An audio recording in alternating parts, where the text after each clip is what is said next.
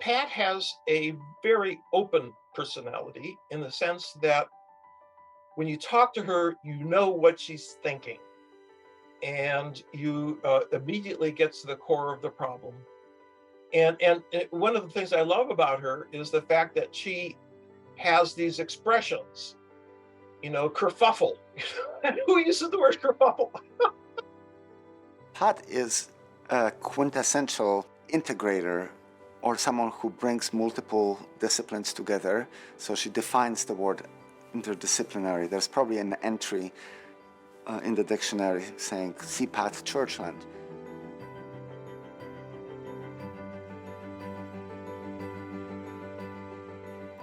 How do I stay curious? Well, I think I don't actually do anything. My brain just does it for me. And there are so many interesting things going on, especially in the field that I sort of adopted later in life, and that is in neuroscience. And I just find the work in neuroscience endlessly fascinating.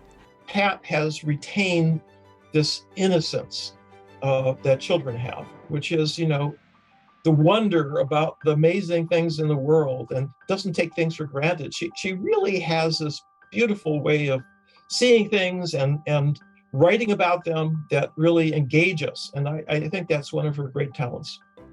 Pat is being recognized for advancing the way people think about the world and think about themselves in the world. There is something very important as a culture that we applaud and support our thinkers in this way. Pat has international visibility. And when I say visibility, I don't mean, that she's published books, but, she was written up profile in the New Yorker, she and her husband, Paul, and that reaches a much bigger audience. And I think that is what contributes to the reputation of an institution like UC San Diego. Every place needs someone who is known all around the world. In Poland, when I was an undergraduate student, and in Germany, where I continued my education, everybody knew Patricia Churchland. We read her papers as lowly undergrad students in those far-flung places in the world. She was the most interesting person to read. We are seeing every day the important role the arts and humanities play in navigating the world. Just as Pat's critical research in the philosophy of neuroscience supports advances in science in general, research in the arts and humanities advances us as global citizens, and all of Pat's research exemplifies this. Pat was able to make UC San Diego the place on earth which attracted people who were interested in kind of fundamental questions about the mind. So she was the philosophy bridge, and she was the connector, she was the influencer and the attractor, the magnet for kind of UC San Diego, the place to go if you were interested in that approach.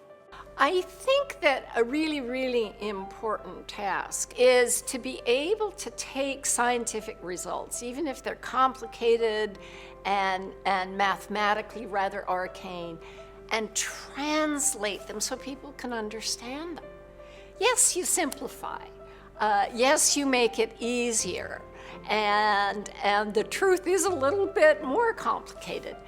But the simple story will motivate people to know more. Well, science in the United States is primarily funded by the government. And that means the public is funding us, and the public deserves to know how we're using their dollars.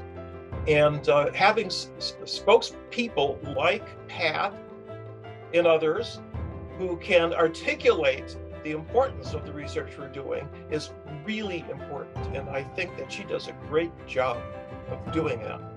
So I think she is many things to many people, but I think her legacies, I think she's going to be best known as the person who really brought philosophy into contact with empirical sciences and said it's possible, made philosophy relevant.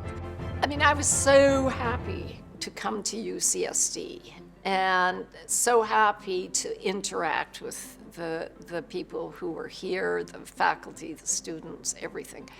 And it was just enormously good fun. And so if there was an impact on UCSD, it was kind of a byproduct of just having the best time of my life.